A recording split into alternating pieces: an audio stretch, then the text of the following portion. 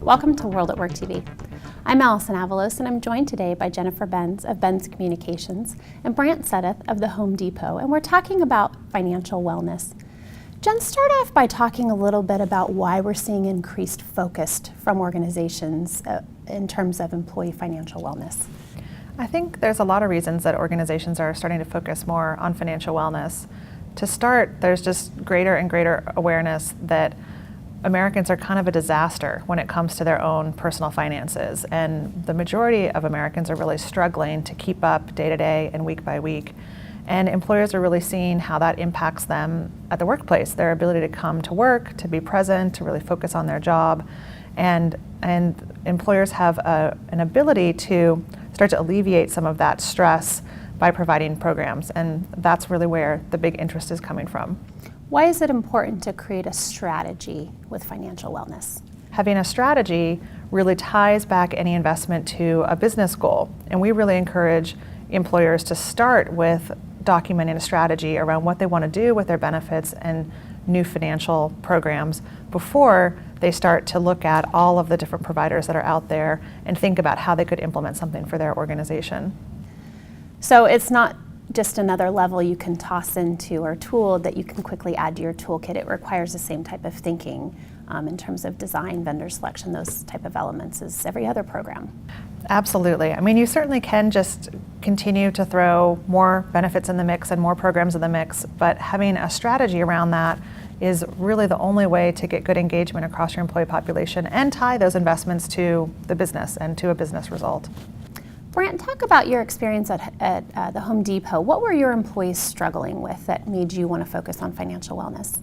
Well, I think the associates at Home Depot are the average American, and they're struggling with the same financial challenges that many Americans are, and living paycheck to paycheck. And you saw some of that manifest itself in the way they misused benefit programs. The most important part as a retailer is that our folks associates are on the floor serving customers, and they're focused on serving customers. And if they're distracted by multiple different financial issues, then that's distracting from a sale. So again, the data we saw and how they were using our benefit programs and the need for them to be focused on serving our customers has caused us to pay a little more attention to the financial wellness spectrum.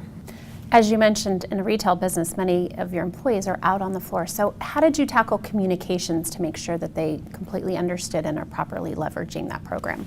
Well, so fortunately, folks have access to cell phones, and they've got home computers, and we have the traditional ways of communicating with them, so sending things to homes and posting things in break rooms. But we've looked to be more personalized and more direct, personalizing the communication such that it's talking to them and explaining to them the benefits and the needs and the options that are available to them or to people like them.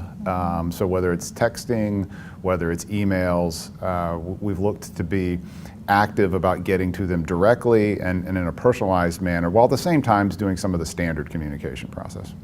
How does what you're saying now look different from prior to you kind of had this renewed focus on financial wellness and put some specific energy to that? But go back to prior to that. How did it look different? How was your communication different? And were there pieces or gaps that you could identify? I think our communication approach in the past was one size fits all, and I think what we've learned is that to effectively communicate to folks such that they take action and move the needle, it needs to be more personalized, and you need to hit them in 2 or 3 different ways. At the Home Depot, we're employing folks across all the generational eras, and so folks communicate in different ways. So it's being more personalized, but it's also looking to communicate with them in 2 or 3 different ways such that they hear the message in the manner that's appropriate for them.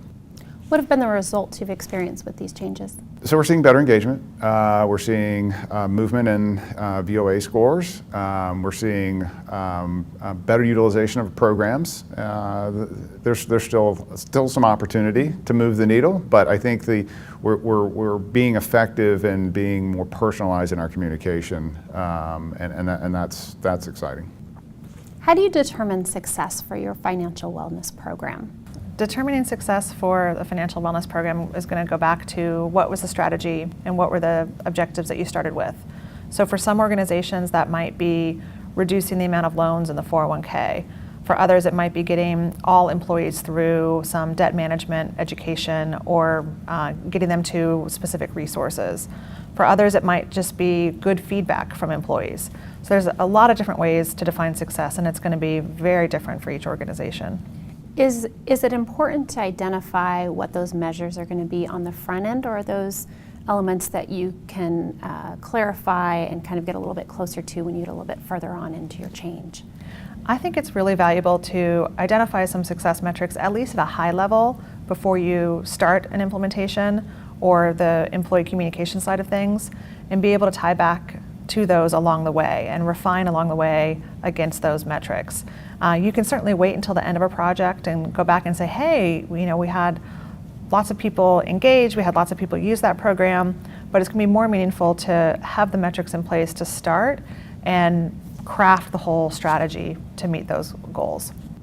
Brant, did the Home Depot have specific measures or metrics it was looking to achieve at the start of this endeavor? Looking at whether it's absenteeism, whether it's turnover, whether it's engagement, those were three of a handful of metrics we looked at and said, with the addition of financial wellness, here's what we hope to impact. And so those are things that we'll keep an eye on as we move down the path.